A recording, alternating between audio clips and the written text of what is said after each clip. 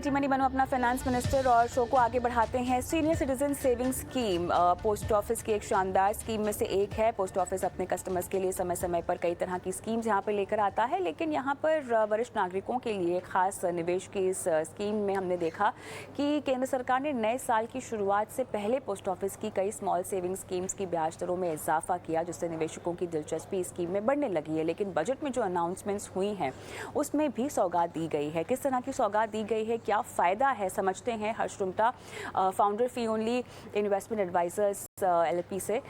हर्ष, good evening, स्वागत है आपका हमारी इस पेशकश में, जहां पर जो बजट में अनाउंसमेंट हुए हैं सीनियर सिटीजन सेविंग स्कीम को लेकर उस पर विस्तार से बात करना चाहेंगे। किस तरह की स्कीम है ये, सबसे पहले क्या लिमिट थी और क्या बदली? Harsh. Good evening Kavita, and I think ये जो scheme senior citizen saving scheme की जो आप बात कर रहे हैं, ये बहुत अच्छी स्कीम है फिक्स्ड रिटर्न्स के लिए। अभी 1 जनवरी से इन्होंने इसकी रेट भी बढ़ाकर 8% कर दी है। ये स्कीम, लेकिन चूंकि रेट इतनी अट्रैक्टिव है तो इसलिए अमाउंट जो इसमें डाला जा सकता था वो एक सीनियर सिटीजन 15 lakhs और अगर जॉइंटली अपने स्पाउस के साथ डालते हैं तो 30 lakhs, ये लिमिट थी बजट से पहले। अब अगले 1 अप्रैल से ये रेट, ये जो लिमिट है ये डबल हो जाएगी।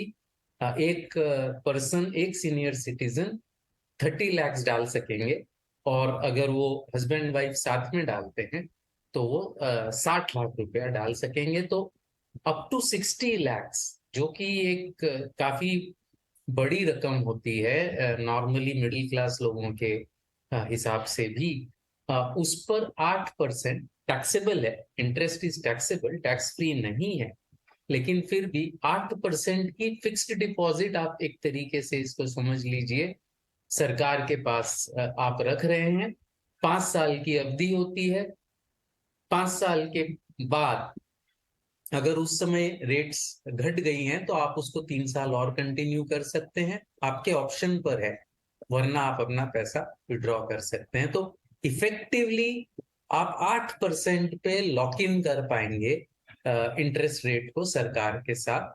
तो और अब उसकी लिमिट डबल कर दी गई है। जो पहले हस्बैंड वाइफ सीनियर सिटीजन को मिला के 30 लाख थी, अब वो 60 लाख हो गई है। तो ये काफी एक अच्छा स्टेप।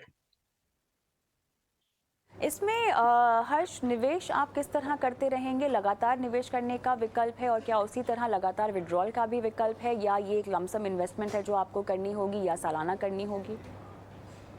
ये लमसम है, म्यूचुअल फंड की तरह नहीं है। It's a lump sum investment. इसमें 1 साल का लॉक इन भी है। अगर 1 साल के बाद अगर आप प्री मेच्योरली विड्रॉ करना चाहें तो उसके बाद उसमें कोई शायद 1% प्री पेमेंट पेनल्टी है, बट अदरवाइज आप पैसा विड्रॉ कर सकते हैं। बट लमसम है, आप समय समय से कर सकते हैं। ऐसा नहीं है कि आप उसको समय समय से नहीं करेंगे, लेकिन जिस समय करेंगे उस समय जो रेट एप्लीकेबल है वो आपको लगेगी, आपको मिलेगी। तो यानी अगर आपने 1 अप्रैल को किया और उस समय रेट एप्लीकेबल 8% है तो वो 8% की रेट फ्रोजन हो जाएगी। अगर 60 लाख में से 30 लाख में से आपने 10 लाख किए तो उस 10 लाख पे 8% वो फिक्स हो जाएगी। फिर अगर 1 जुलाई को आपने किया और तब तक रेट घट गई है, सपोज लेट अस अज्यूम, अगर घट गई है और समझो 7.25 हो गई है, तो उस अगले 10 लाख पर आपको 7.25 ही मिलेंगे अगले 8 साल के लिए। तो ये द रेट जो होती है वो फिक्स होती है जिस दिन आपने वो इन्वेस्टमेंट किया।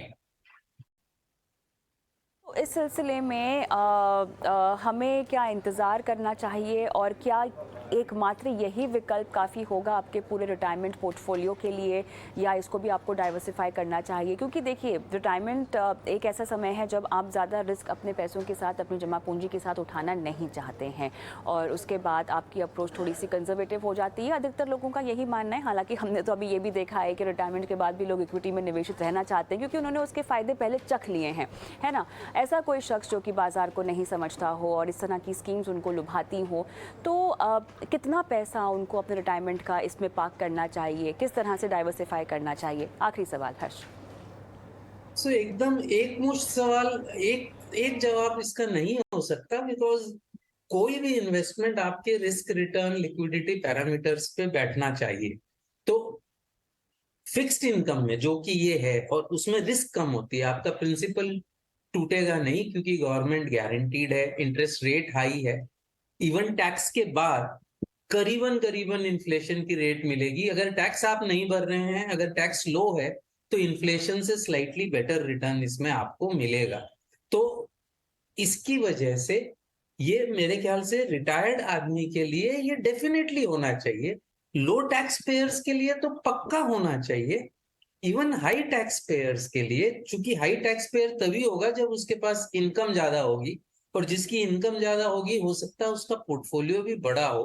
तो एनीवे ये जो लिमिट है 60 लाख की, या फिर पीएम वय वंदना योजना है, जिसकी रेट अभी तक बढ़ी नहीं है, लेकिन अगर वो सारी चीजें देखकर ये इसमें इन्वेस्ट करना मेरे ख्याल से सही है। बट ओवरऑल रणनीति बनाने के बाद आई थिंक एक इन्वेस्टमेंट अपना हिसाब से सही गलत नहीं होता, वो उसका जो परिवेश है, आपने कितना क्या पोर्टफोलियो कैसे बनाया है, क्यों बनाया है, वो अगर आप नक्की करके फिर इसमें इन्वेस्ट करेंगे, तो नॉर्मली यू विल नॉट, इसमें आप गलती नहीं करेंगे। चलिए, तो सीनियर सिटीजन सेविंग स्कीम में बजट के बाद जो ऐलान हुए हैं और किस तरह से इसको आपने अपने पोर्टफोलियो में शामिल करना है रिटायरमेंट के लिहाज से, तमाम बारीकी से इस पर समझाइश देने के लिए हर्ष, आपका बहुत बहुत धन्यवाद।